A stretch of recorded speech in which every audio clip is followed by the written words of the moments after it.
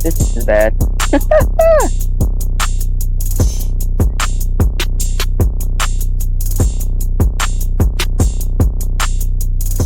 Hello and welcome again to No Cap Space. We're back for a third time today because there just will not, the news cycle will just not stop in the WNBA. And this time we're here because Sports Business Journal just broke that they have it well sourced. They don't think Cathy Engelbert is making it past this current CBA negotiation. I'm going to pull up the article. And yeah, the team is scorching in the WNBA. Shawnee's phone is about to die. So Shawnee, go ahead and get into what you read, what we read, and your reactions. Oh, did the black SUVs come from my dog? It seems so.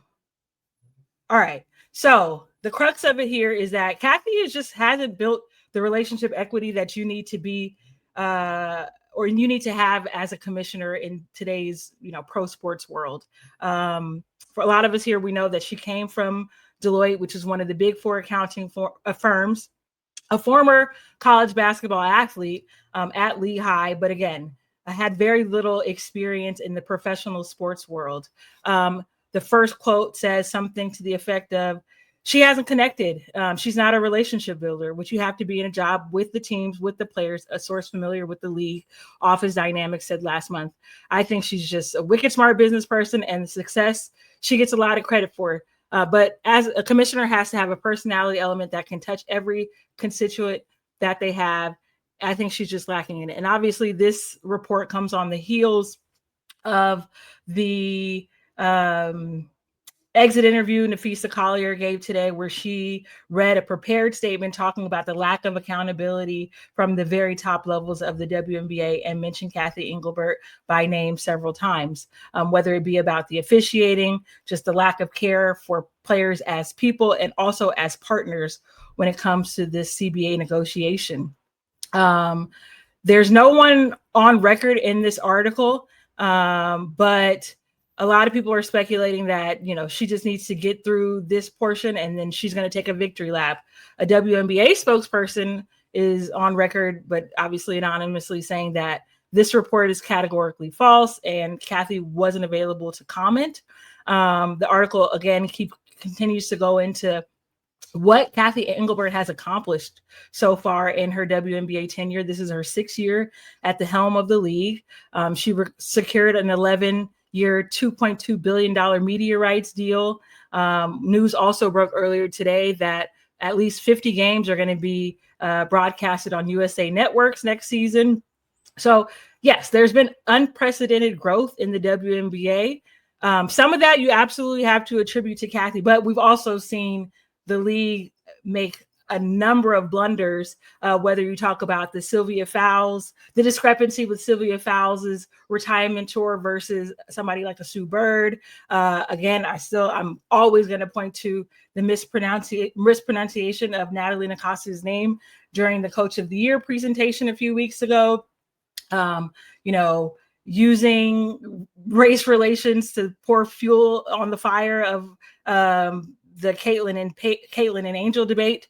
So yes, it just sounds like she doesn't have a lot of people in her camp, and frankly, there'd be a lot of people that would be happy to see her go. She also, we talked about, this is coming on the heels of the prepared statement Nafisa read during Minnesota Lynx's exit interviews today, but the WNBA also put out a statement replying to Fee's, bear with me, folks, I don't host normally, but replying to, Fee's very pointed prepared statement. And it says, I have the utmost respect for Nafisa Collier and for all the players in the WNBA. Together, we have all worked tirelessly to transform this league. My focus remains on ensuring a bright future for the players and the WNBA, including collaborating on how we continue to elevate the game. I am disheartened by how Nafisa characterized our conversations and league leadership, but even when our perspectives differ, my commitment to the players and to this work will not waver.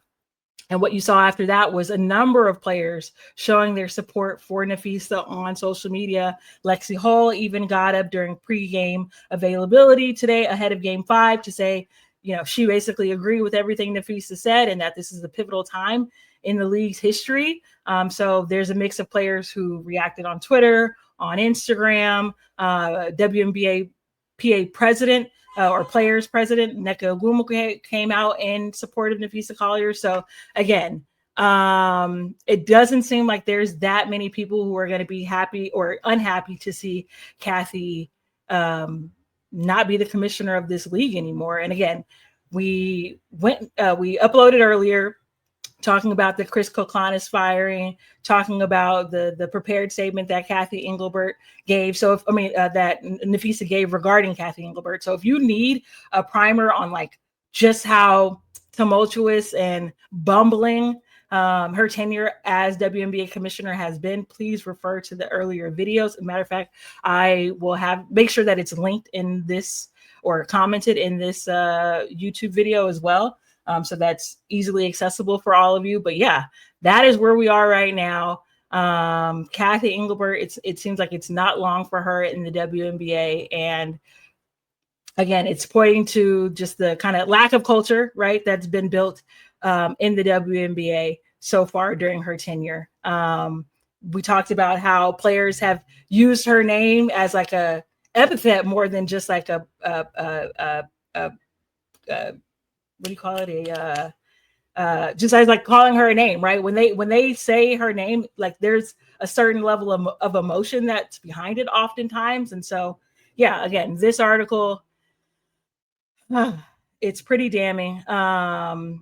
Again, she, typically what happens between now and the first game of the finals is that the commissioner gets up in front of the press and takes questions and talks about what we're about to embark in with the WNBA finals and kind of gives an overview of how the year has gone. So I'm expecting Cathy to take tons of questions on Friday, maybe even have a prepared statement of her own. So we'll see what happens there. But if you are going to be watching Game 5 tonight, please make sure to tune into the post game. We got a very special guest coming as a guest, and we're going to break it all down. Game 5. Indiana Fever at the Las Vegas for a trip to the finals on the line. Aaliyah Boston, Asia Wilson, Kelsey Mitchell, Chelsea Gray, like the stars, no shortage of stars. And again, if you aren't subscribed on our YouTube, please do so. Every time we post, you'll get notified and you'll be one of the very first people to really be tapped in and share the knowledge and get the knowledge that we have to share about the history of the WNBA and where we go from here.